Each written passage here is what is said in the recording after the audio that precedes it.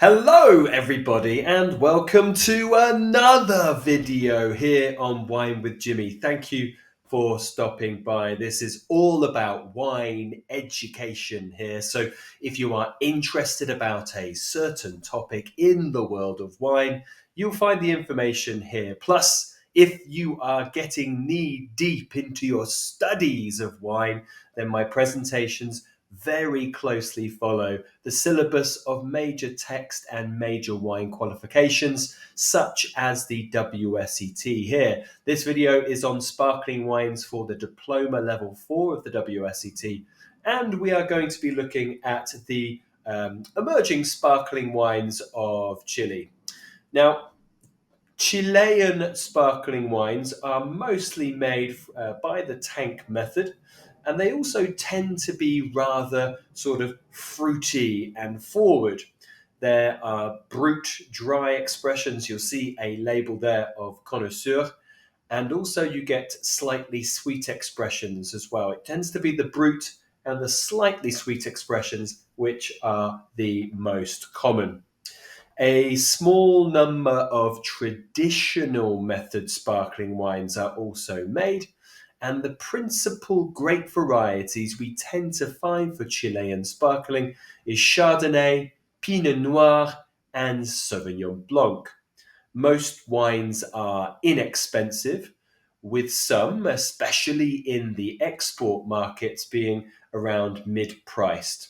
Typically, the wines are somewhere between acceptable to very good. Okay, let's have a little bit of a look at history. The history of sparkling wine in Chile started in the 19th century with Valdivieso. The Valdivieso family's history dates back to 1879, and that's the year that Mr. Alberto Valdivieso founded Champagne Valdivieso, which was the first sparkling wine producer in Chile and South America. In recent years, the category for sparkling wine has certainly seen rapid growth, but that's from a very small base. And overall, it remains quite a minor proportion of Chile's wine production. So, we're going to discuss the grape growing and then go through winemaking and wine business.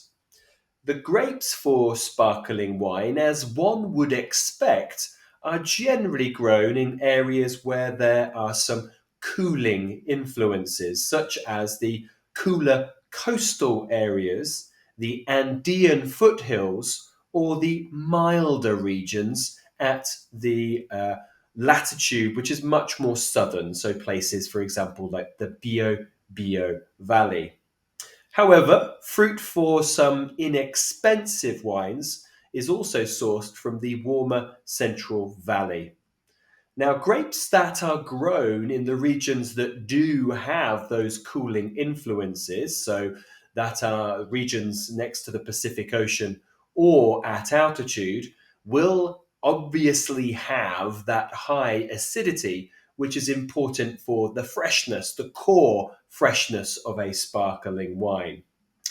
The harvest time for fruit for sparkling wine will tend to be from sort of late January into February until the first week of March. And that, of course, is quite a range. And that is because Chile has a huge diversity of climatic conditions, as it's a very long, thin, stretched country along the Pacific and has covers a lot of different latitudes.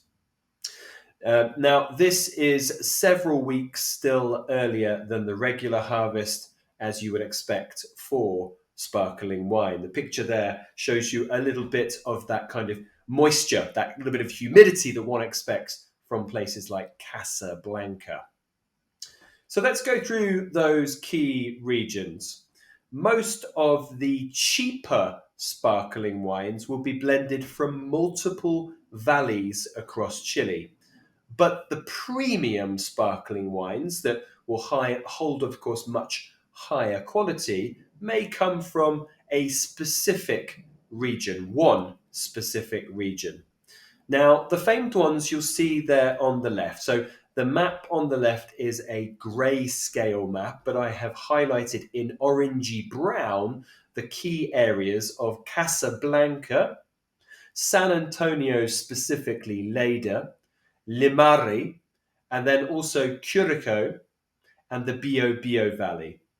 Places like Limari, we know that it's very northern in latitude, but in fact it is cooled quite significantly by the Pacific Ocean. The Curacao is actually in that sort of central valley area, but as you can see, it's actually a region which is very much west to east. So some parts are coastal and other parts are cooled by the ocean. So you'll therefore get some conditions in Curacao which are good for sparkling wine.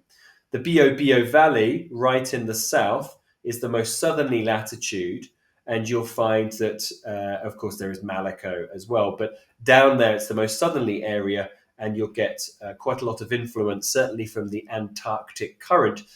So this really gets a cool effect in this location. The picture here you see is from Emiliana, who make the label called Amaluna sparkling wine, and this is found in Casablanca.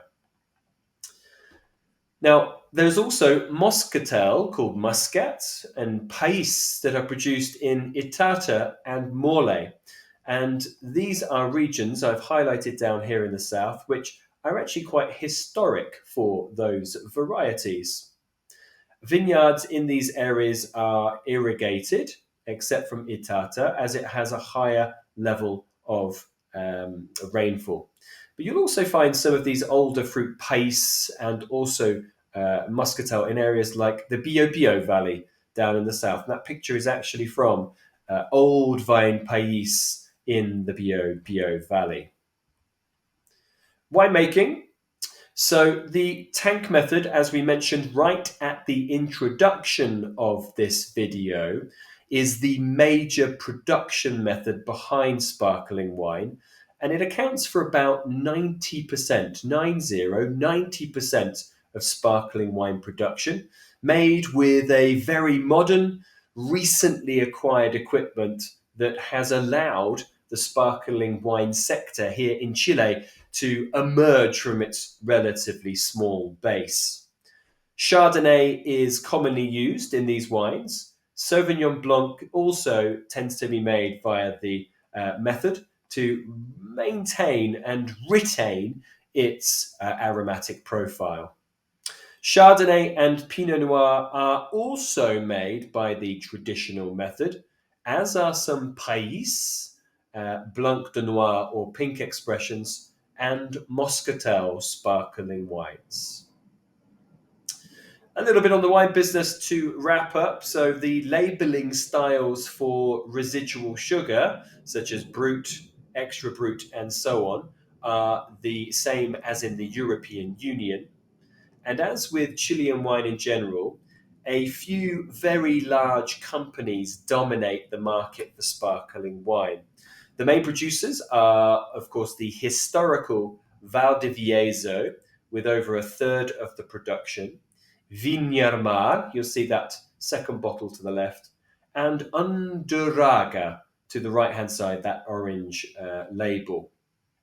Domestic sales account for just over two-thirds, about 70%, and therefore we have just around under a one-third being exported. But the domestic sales are certainly growing rapidly at the premium end of the market. Exports are growing in markets such as Japan, followed by Colombia and Brazil. And the Chilean market for sparkling wines is made up almost entirely of domestic products. They really do focus on it in their own country.